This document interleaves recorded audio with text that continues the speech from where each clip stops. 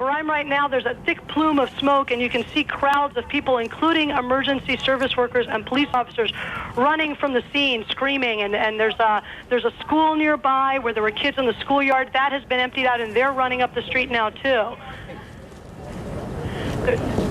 The whole sort of the neighborhood, I'd say several blocks up, is covered by this almost powdery smoke. Little tiny pieces of building you can see just floating in the wind around it. It's almost like a huge cloud had kind of enveloped that part of lower Manhattan.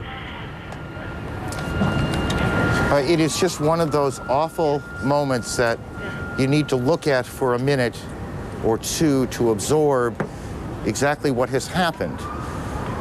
Two of the most recognizable buildings in the city of New York have been attacked, and both of them appear to have collapsed, at least in part.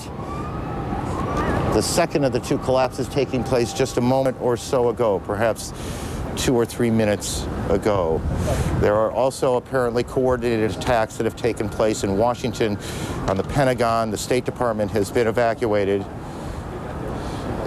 Just a few moments ago, as we said, and perhaps 20 minutes after the first tower collapsed, we turned around and saw what looked like sparks falling, and then the top part of tower number 1 collapsing.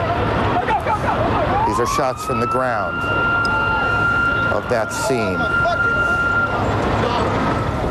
There have been frantic efforts to get people out of the tower.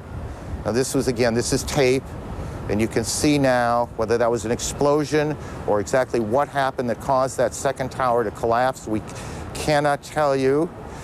CNN's Kelly Wallace is on the phone with us. Kelly, where are you? What can you tell us?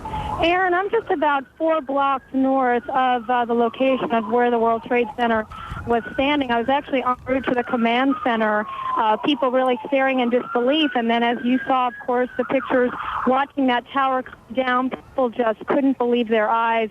Police then pushing people immediately, people turning around and starting running ways blocks away from the site. There is black smoke and is covering the air. You see people covering their mouths with some handkerchiefs and their coats, and basically, it's an unbelievable scene. Most of the people have gone. The police are really pushing people away. There were a lot of people as I was making my way down here, Aaron, people just staring, getting on the cell phone, crying, recounting stories where they sort of, basically had seen what happened earlier today, trying to get in touch with loved ones, very concerned. And then, of course, some people watching the other tower come down earlier, and then a group of people then watching this other tower come down, a woman passing me covered in soot. Basically, the sky is just black. You can't even see down to lower Manhattan from the vantage point right now. The police have cleared off all these streets, pushing people away.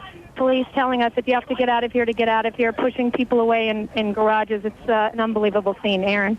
You can see in this shot, our viewers can, a helicopter shot coming across the harbor, the Statue of Liberty prominent in the foreground, and smoke and devastation and tragedy in the background. A tragedy that continues to unfold, and one that still has many, many unanswered questions. We have a report now that a car bomb has exploded at the State Department. We are working to confirm that as well. Howard Safir is a former New York City Police Commissioner, the top police job here in the